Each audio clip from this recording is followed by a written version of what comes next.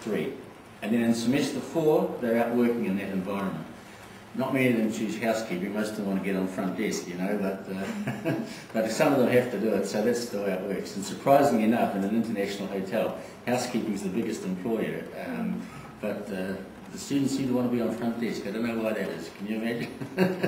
Anyway, so that's what happens in semester 4, and then in semester 5, that's the last part of the 2.5 year, they come back and they live in again, and in that time they're general managers. When they're rostered on, they are general managers, and they have to know all of the procedures a general manager has to know, everything from staff rostering to fire, all of those things. They have procedures for all of them, and they have to be familiar. And when they are rostered on as general manager, they are in charge of the hotel, not the teaching staff. The general managers are in charge. So if anything goes wrong day or night, it's the general manager's responsibility to make sure that it's taken care of. So that's the 2.5 year. Is it the 5th semester? Sorry? It's the 5th semester. The 5th semester. Oh, sorry. In the book here, if you have a look in this one, you'll see on the front page, take this little brochure out, and that explains to you the course, right, and the entry requirements, and then over the back, on the back page, is the curriculum. Right? Now you'll see here that I've mentioned semester 1 and semester 3 they live in, and semester 5 they live in. That's the 2.5 year Swiss diploma program. Right? And so they actually graduate with 3 diplomas, but the Swiss IHTTI diploma, the Australian Tourism diploma, and the NZQA diploma in hotel management. So that's the 2.5 year now. It's not automatic, but if they get a B pass or better, 70% average pass or better, they can go on for 1 more semester and do the bachelor's degree. It's unusual that it's not automatic, because at most universities you can enrol and do a degree, but here the rule is that they have to get a good pass to be able to go on to it. And in the semester 6, the bachelor degree, they don't have to live in, they can live off campus, but guess what? They all want to live on campus, okay? So that's the 3-year bachelor degree, okay? And bachelor degree is maximum which they can obtain here? No, it's not. No. But usually what happens is that when they've done the bachelor degree, they go out and work because they've had enough. Sometimes they go out and work after the advanced diploma, and then come back later to do the degree, right? In other words, earn some money and then come back to do the degree. But that's the 3-year bachelor program. Now we do have, and as I say, most of the students, when they've done 3 years, they go out to work because there's not really any requirement for them to go further. But we have another program, we have another 2 programs actually, but if you have a look at this green brochure, there's one with the green stripe on it. That's it. That's the postgraduate diploma in hotel management. Now, just about all the students that come into that are graduates from other universities. They have to have done a minimum of a 3-year business-related degree, basically. And so, in other words, commerce or business or economics, one of those type. And they can come into this program, and we have about 30 students in the postgraduate program, and they have to live in for 18 weeks. And in the 18 weeks that they live in, they do the practical work, a condensed version of the practical work that the advanced diploma students have done in semesters 1 and 3. They do in 1 semester, living in, and they do two papers in addition to their practical work whilst they're living in here at the school. But they only live in for that 18 weeks, and then they're out working, and they do 2 semesters where they do 3 papers by distance learning each semester, and they're working in the industry. But they're only allowed to work part-time. It's a bit complicated because they're on student visas, whereas these students are on work visas. So it's a part-time work plus study that they do out in industry for 2 more semesters. So that program's a total of 18 months, right? And they have a postgraduate diploma. So advanced diploma, bachelor degree, and and postgraduate diploma.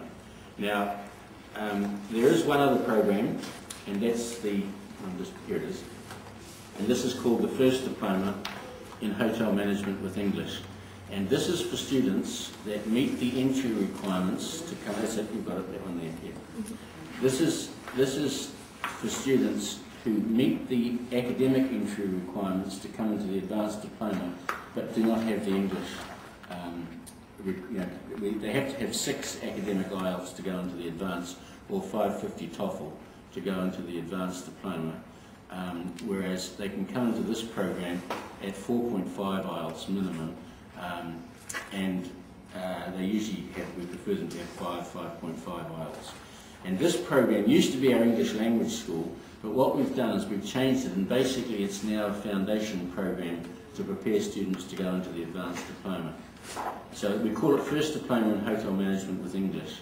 And the program's actually proving to be very good and very popular, because the students that come through this program have the confidence and do very well in that program.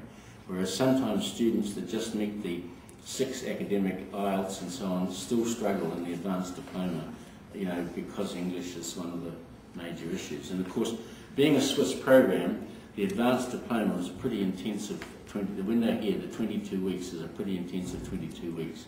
And they do in that time, in what they call contact hours, they do what a BA student does in 33 weeks, they do in 22. So it's a pretty full-on, and if their English is not up to standard, well, we won't accept them if their English is not up to standard, because it's not fair on the student or the tutors, to be quite honest.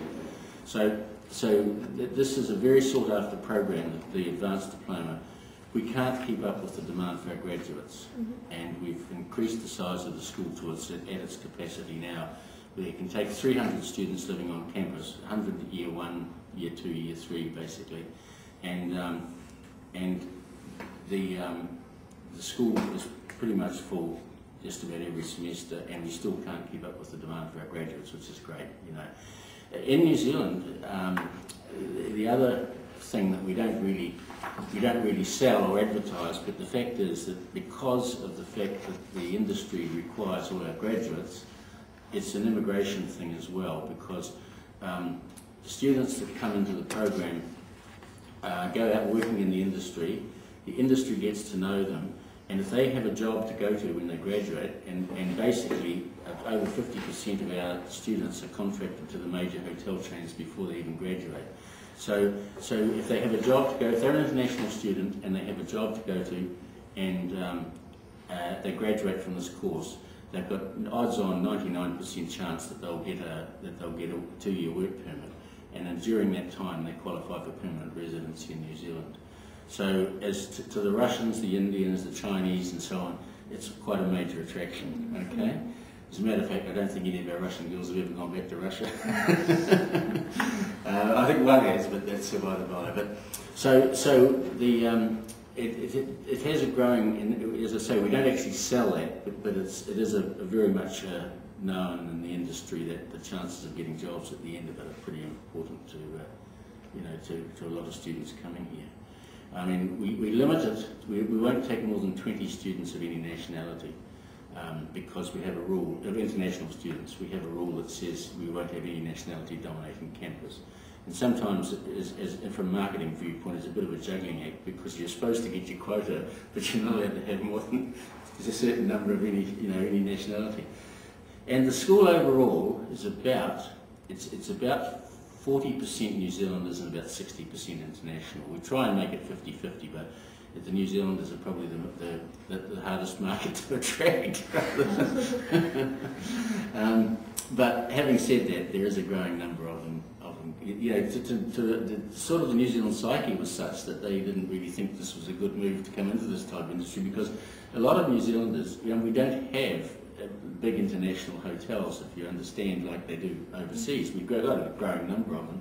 But if you came from a little place in Southland, way down the bottom of the South Island, the nearest thing you'd think to an international hotel was the pub on the corner, So it took a little bit of breaking through, but now that the school's been going 10 years, and now people are starting to realise that there are jobs at the end of it, and a growing number are starting to become aware of this.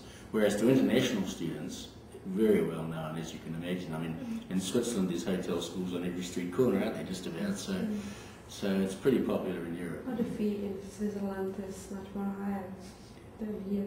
The school fees Yes, are very high I know. in Switzerland. I know we're actually the cheapest, because of currency, we'd be the cheapest school in the group delivering the same course, that's true. Yeah. And even Australia, you see. So in that respect, as a matter of fact, we've just been talking about actually marketing in Australia. We have a sister school, Blue Mountains, in Australia, and they'd be pretty touchy about it, but there's a growing interest in the Australian students studying in New Zealand, because actually in the universities, the top universities in Australia, it's quite difficult to get into, whereas New Zealand universities are regarded as being up in that sort of bracket, and of course it's cheaper to study here. If you just drop across the Tasman, you can study in New Zealand cheaper than you can study in Australia, and you've got a chance of getting into the universities. With the hotel schools, it's not quite the same, because there's about 6 of them in Australia, with giving varying degrees of courses. Blue Mountains is the only one that delivers the IHTTI program, but there are, a variety, so it's not so difficult to get into hotel schools. Whereas we're really the only one of its type in New Zealand. There is a school started up in Queenstown, but it's not actually delivering the same program anywhere near this yet. So that's really where we're at.